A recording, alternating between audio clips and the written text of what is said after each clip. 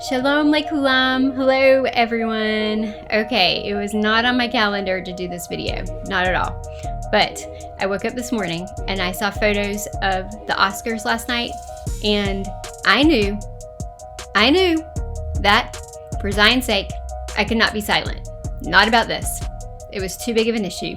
For those of you who do follow the Oscars, you probably already saw photographs of Hollywood stars wearing a red pin with an orange hand in the center. And that's exactly what we have to talk about today, because that is an anti-Semitic symbol.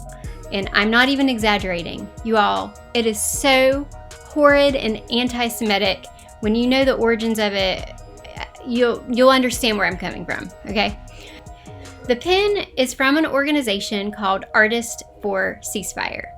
And this is an organization that has an intention, as stated in its title. They're a group of Hollywood starlets calling for a ceasefire, a permanent ceasefire here in Israel between Gaza and the IDF. Now, to make sure we all know that they are a peace organization, of course they have to mention calling for the safe release of all the hostages.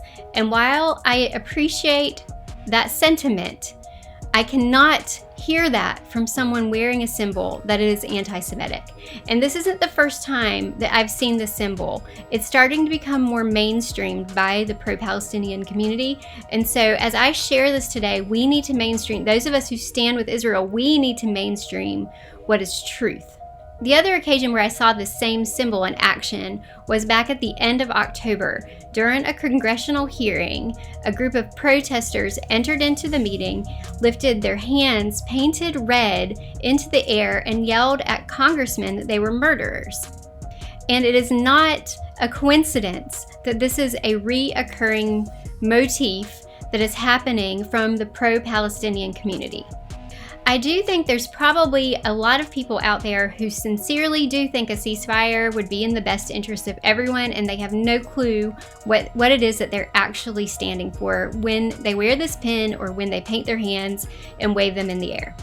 The symbol of pro-Palestinianism finds its origins in an event that took place in October of 2000 at the very start of the Second Intifada. A tragic scenario unfolded in which we had two IDF reservists who were driving through what the media calls the West Bank. We call it, of course, Judea and Samaria. They took a wrong turn and ended up in the Palestinian city of Ramallah. While they were there, they were detained by police, and in police custody, a group of Palestinians entered into the police office and brutally murdered them. And when I say brutally murdered them, I mean they beat them with pipes and they stabbed them to death. During the process of this, one guy named Aziz Salha entered in and placed his hands in the blood of the soldiers, and then proceeded to go to a window and wave his hands before cheering crowds below. The event just happened to be caught on video by Italian news reporters who were on the scene. After his arrest, Aziz Salha said the following in his testimony. "We were in a craze to see blood. I entered the room. I saw an Israeli soldier sprawled on the floor in front of the door. I came closer to him and saw a knife lodged in his back, near his right shoulder. I removed the knife and stabbed him in the back 2 or 3 times, while others in the room continued to kick him.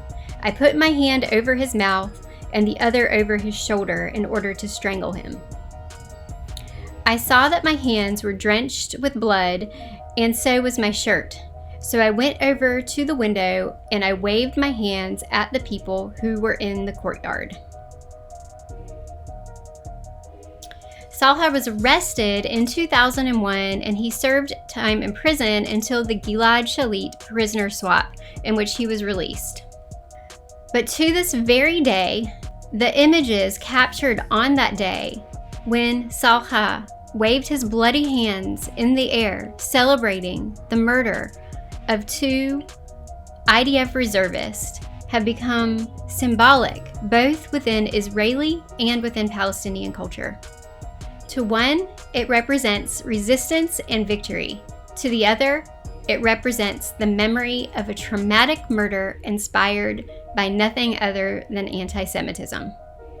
So, Artists for Ceasefire, you can claim all you want to be a peaceful organization, but you can't do so while using a symbol of anti-Semitism that has its roots in a bloody murder. And on top of that, you can't slap a Band-Aid on it saying that you call for the release of all the hostages and just make this okay.